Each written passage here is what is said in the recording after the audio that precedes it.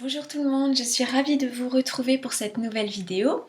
Aujourd'hui, je vais répondre à des questions principales que l'on me pose avant d'entrer dans une séance d'hypnose, quand vous prenez rendez-vous ou voilà, juste par curiosité, parce que l'hypnose, ça intéresse beaucoup de monde. Donc, la première question que je reçois souvent, c'est: et si je ne suis pas réceptif, que va-t-il se passer? Est-ce que je suis hypnotisable? Est-ce que je suis réceptif? Ça, c'est la première question que je vais avoir. Alors, je vais vous expliquer rapidement, vous allez comprendre. Tout le monde est réceptif à l'hypnose.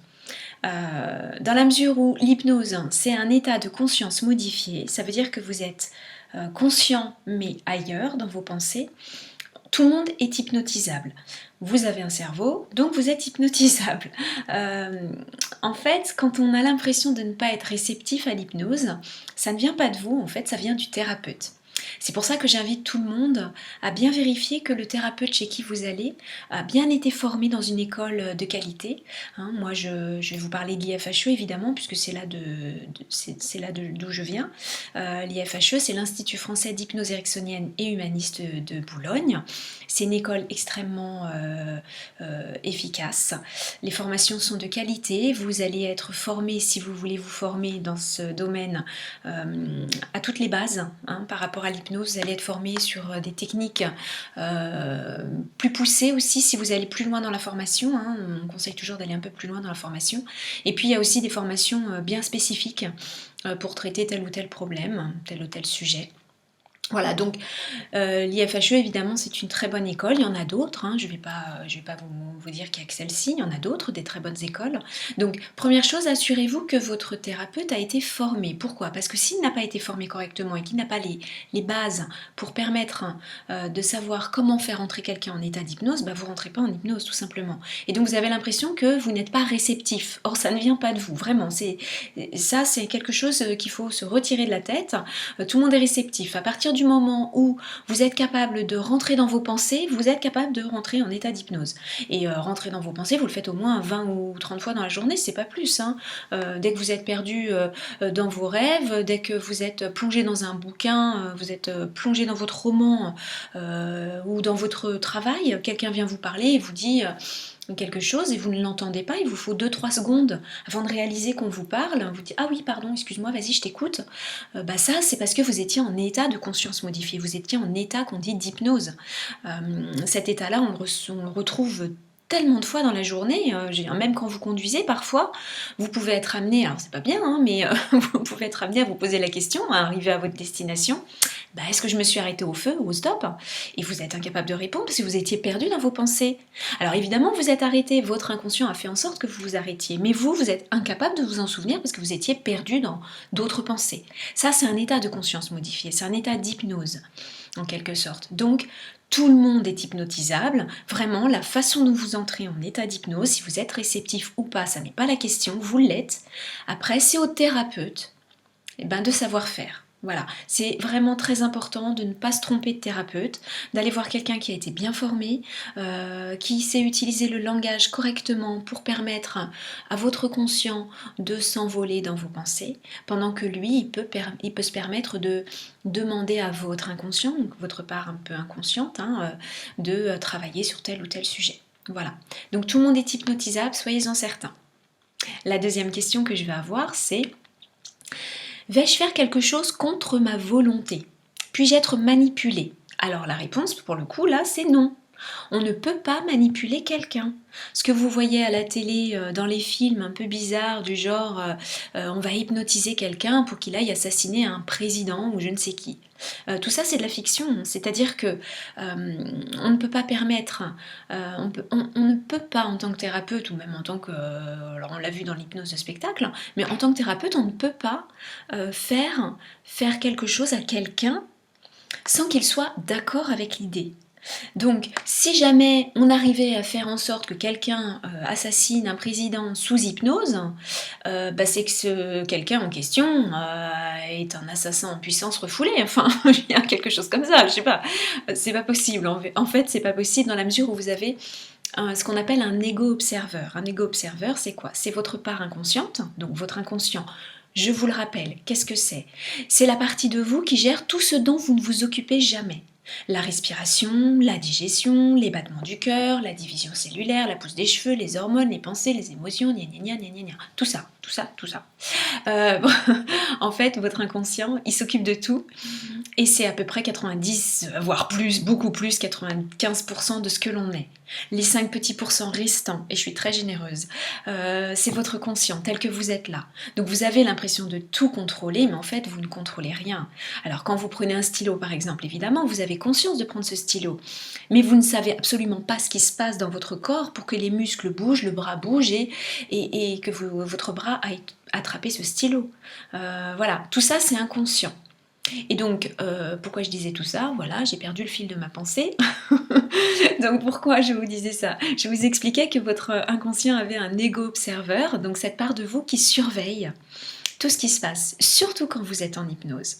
Donc quand vous êtes en hypnose, soyez certain qu'il y a des filtres et que le thérapeute, tant qu'il va vous dire des choses qui correspondent à vos valeurs, qui ne sont ni inconvenantes, ni négatives pour vous, il est ok.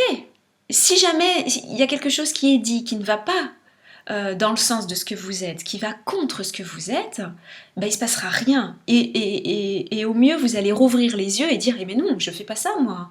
Voilà, vous voyez, on ne dort pas en hypnose, donc en fait on a cette particularité d'avoir comme une sorte de protecteur, hein, c'est votre part inconsciente qui va vous protéger, et évidemment que vous ne donnerez pas vos numéros de carte bleue et que vous ne ferez pas n'importe quoi, ça n'existe pas, ça c'est pareil.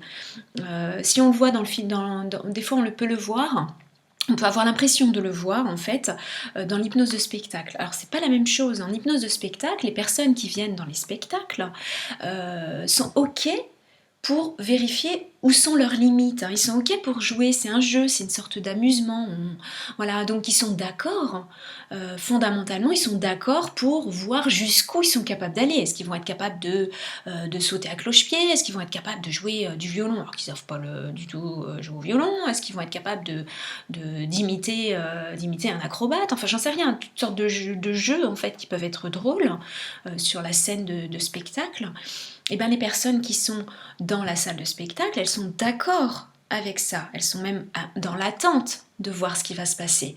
Donc, vous voyez, c'est différent que de faire quelque chose dont on n'a pas du tout envie de faire. Ça, c'est pas pensable, c'est pas possible. Voilà, donc vous ne ferez jamais en hypnose quelque chose qui est contre vos valeurs, contre votre volonté.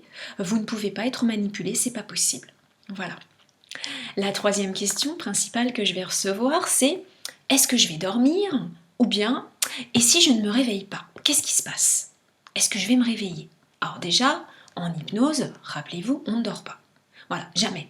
Alors si quelqu'un s'endort, c'est que vraiment le thérapeute est parti et qu'il l'a laissé dormir, hein, parce que façon de parler, hein, parce que on ne s'endort pas en hypnose. Si le thérapeute est doué, il va vous garder toujours dans cet état d'hypnose, c'est-à-dire que l'état d'hypnose, c'est quoi? C'est un état qui se situe entre l'état d'éveil, tel que vous êtes là quand vous êtes éveillé, et le sommeil profond.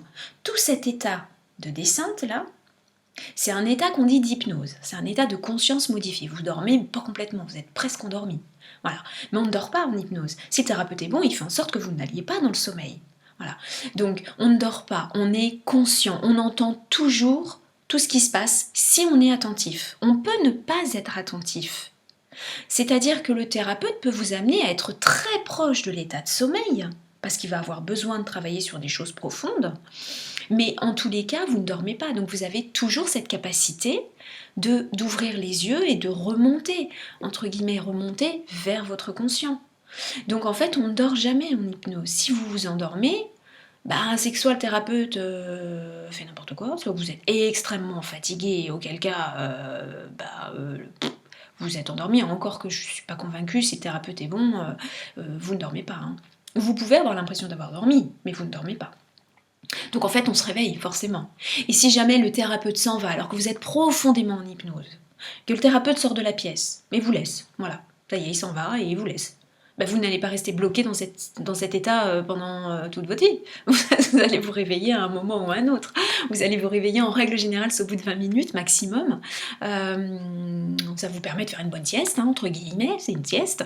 C'est un moment de repos, mais en tous les cas, vous ne restez pas bloqué. Ça n'est jamais arrivé. D'abord, ça n'arrivera jamais. C'est pas possible. Donc on ne dort pas et on se réveille systématiquement. Le réveil étant un mot un peu particulier parce que, voilà, comme on ne dort pas, on ne se réveille pas, quoi. On remonte vers le conscient. Alors, après, j'ai une autre question qui concerne le temps que ça va mettre pour agir. Alors, combien de temps va mettre une séance d'hypnose pour agir? Alors, je vous rappelle rapidement que sur mon site internet, www.hypnosea.fr, j'ai écrit des articles, et j'ai écrit un article particulièrement sur combien de temps met une séance d'hypnose pour agir. Donc, je détaille beaucoup plus. Si ça vous intéresse, vous pouvez aller le lire. Alors, globalement, combien de temps ça met pour agir? Eh bien, ça dépend des personnes et ça dépend de la problématique. Parce que chaque personne est différente. Il faut comprendre que quand vous arrivez dans mon cabinet, eh bien vous avez une problématique, mais vous avez aussi des antécédents, c'est-à-dire que vous avez un passé, vous avez des événements qui se sont déroulés quand vous étiez enfant, ado et jeune adulte, ou je ne sais quoi. Tous ces événements ont créé ce que vous êtes aujourd'hui. Et ont créé aussi les problématiques pour lesquelles vous venez me voir. Par exemple, quelqu'un va venir me voir pour me dire, je sais pas moi, j'ai envie d'arrêter de fumer. Alors ça c'est simple, arrêter de fumer, retrouver un poids idéal, augmenter des capacités, je sais pas moi, pour des, comment on dit, pour des activités genre sportives, je veux améliorer ma pratique du golf, je veux améliorer ma pratique du piano, etc. etc. Donc tout ça, il faut juste que le thérapeute vérifie en amont que ce qui vous empêche, entre guillemets, d'atteindre votre objectif ne vient pas de quelque chose de plus profond. Après, quand vous venez me voir pour, je sais pas, moi j'ai des maux de ventre, j'ai une boule au ventre avant d'aller au travail, j'ai le thorax compressé au moment de sortir de chez moi, je suis incapable de sortir de chez moi, j'ai des insomnies, je me réveille 10 fois dans la journée, dans la nuit, pardon, je me réveille 10 fois dans la nuit, voilà, des trucs comme ça. Alors, ça c'est différent. Pourquoi? Parce que là, pour le coup, votre inconscient vous envoie des messages de mal-être pour vous dire qu'il y a quelque chose qui ne va pas dans votre vie, qui peut être lié à quelque chose qui s'est passé hier ou quelque chose qui s'est passé il y a 15 ans ou il y a 10 ans. Voilà. Et le travail du thérapeute, c'est d'aller trouver ce qui s'est passé avant, pour nettoyer ce qui s'est passé.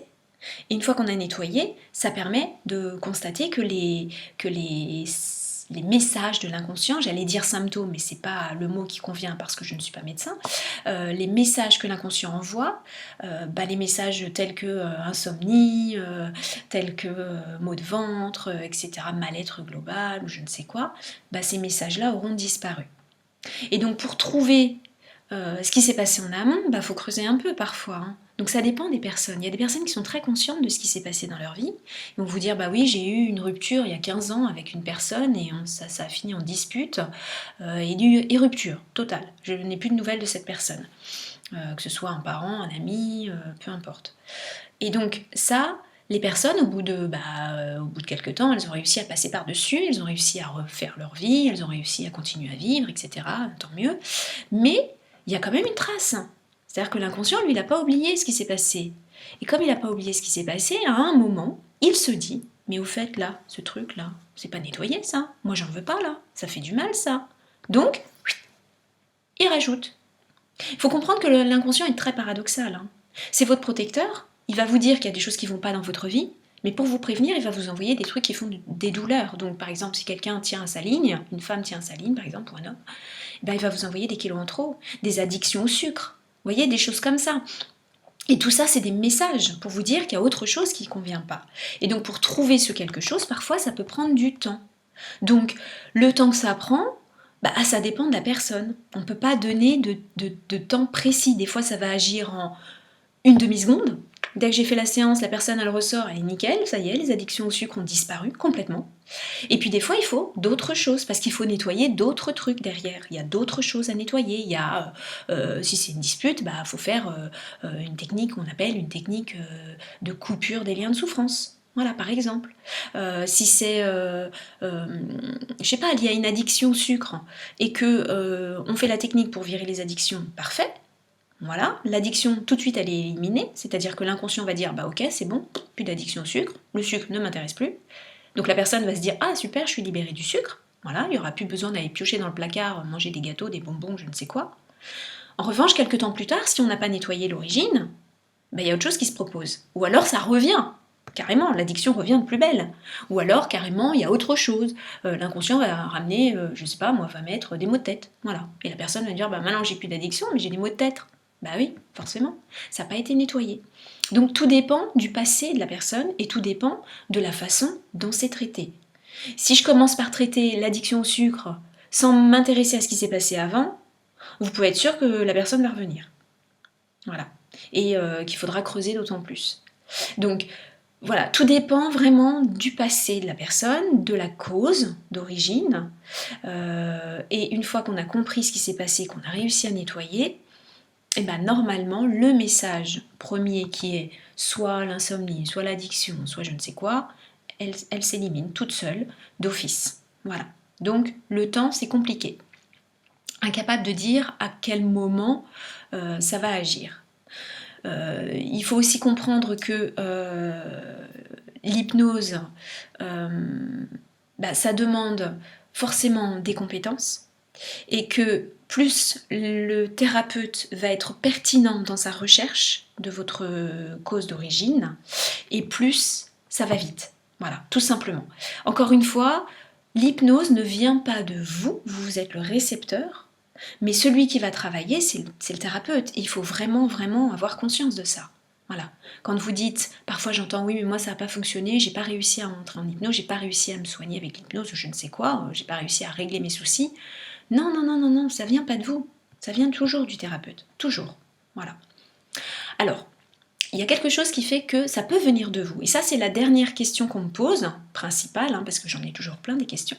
La dernière question qu'on me pose, c'est est-ce que ça va fonctionner tout seul? Là, vous êtes responsable de ça. Parce que non, ça ne fonctionne pas tout seul. Pourquoi? Parce que ça demande une adhésion. Il faut que le patient soit OK avec l'idée de changer ce qui ne convient pas dans le corps, dans la tête, dans l'esprit, voilà, de changer les choses. Si quelqu'un vient dans mon cabinet et qu'il a été traîné de force par le conjoint, la conjointe, je vous donne un exemple, ça m'est arrivé de recevoir des gens qui viennent et qui me disent voilà, il faut que j'arrête de fumer. Ok. Et en fait, j'apprends pendant l'entretien que la personne vient parce que l'épouse ou l'époux a dit oui, moi j'en ai marre que tu fumes, tu vas chez l'hypnothérapeute et tu arrêtes de fumer. Bah ouais. Sauf que la personne en question là, qui est dans mon bureau, elle me dit clairement mais moi j'aime fumer, c'est un vrai plaisir pour moi, j'ai pas vraiment envie d'arrêter. Donc là, qu'est-ce qui se passe? Il se passe simplement rien du tout. Je vais dire à la personne, écoutez, rentrez chez vous, gardez votre argent, parce que là, vous allez perdre et votre temps, et votre énergie, et votre argent venant chez moi. Si vous ne voulez pas arrêter de fumer, c'est pas la peine de le faire. On ne fait pas de séance d'hypnose si la personne n'est pas OK avec l'idée. À aucun moment, on ne peut faire quelque chose à quelqu'un qui ne le veut pas, rappelez-vous. Donc, si la personne vient parce qu'elle a été traînée de force dans le cabinet, entre guillemets évidemment, pour faire quelque chose, eh ben ça fonctionnera pas. Donc ça peut pas fonctionner tout seul. C'est pas possible. Encore une fois, ça pourra le faire peut-être, allez, quelques jours. Pendant quelques jours, la personne, elle va arrêter de fumer. Et puis ça va revenir de plus belle. Donc en règle générale, je le fais pas. Alors moi perso, je dis carrément à la personne, non, rentrez chez vous, inutile. J'ai parfois aussi des parents qui m'emmènent leur ado parce qu'il va avoir un comportement problématique qui ne convient pas. Je sais pas, moi, l'ado est complètement, j'en sais rien, comment je peux dire, amorphe, il est dans sa bulle, il veut rien faire, il bouge pas, etc. etc. Et puis quand j'ai l'ado dans mon cabinet et que les parents sont sortis, que je demande à l'adolescent ce qu'il en pense, il va me répondre, mais moi j'ai pas envie d'être là, hein. C'est ma mère qui m'a forcé à venir, moi j'ai pas envie, hein. Je vais très bien. Voilà, là, qu'est-ce que vous voulez que je fasse? Je peux rien faire. Ça ne peut pas fonctionner. Ça ne peut pas fonctionner tout seul. Il faut qu'il y ait une adhésion de la personne. Il faut que vous soyez dans la démarche de changer les choses. Il faut accompagner l'inconscient. Encore une fois, rappelez-vous, votre inconscient, C'est votre protecteur. Si on veut vous faire faire quelque chose qui est contre ce que vous voulez, ça ne fonctionne pas.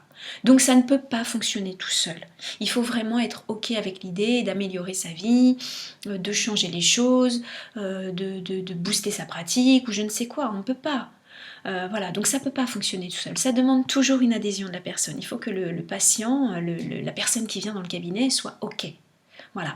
Donc, j'espère avoir répondu à vos questions. Alors, si vous avez d'autres questions, parce que j'ai pris les questions principales qu'on me pose, évidemment. Si vous avez d'autres questions, je vous invite très clairement à les écrire en bas de cette vidéo. Il y a les commentaires qui vont être ouverts. N'hésitez pas, j'y répondrai du mieux que je peux. Je vous invite évidemment à vous abonner à ma chaîne pour recevoir les autres vidéos que je vais faire. Il y en aura d'autres. Je vous rappelle également que j'ai un site internet sur lequel vous trouvez plein d'informations sur ma pratique de l'hypnose. Sur mon parcours, voilà, puis j'ai plein d'articles voilà, qui peuvent être intéressants. Donc le site c'est www.hypnosea.fr. J'ai également un compte Facebook et Instagram, vous pouvez vous inscrire, ce sera avec grand plaisir que je vous accueille. Et puis voilà, j'espère que cette vidéo vous a été utile. Je vous souhaite à tous et à toutes une excellente journée et je vous dis à très bientôt. Bye!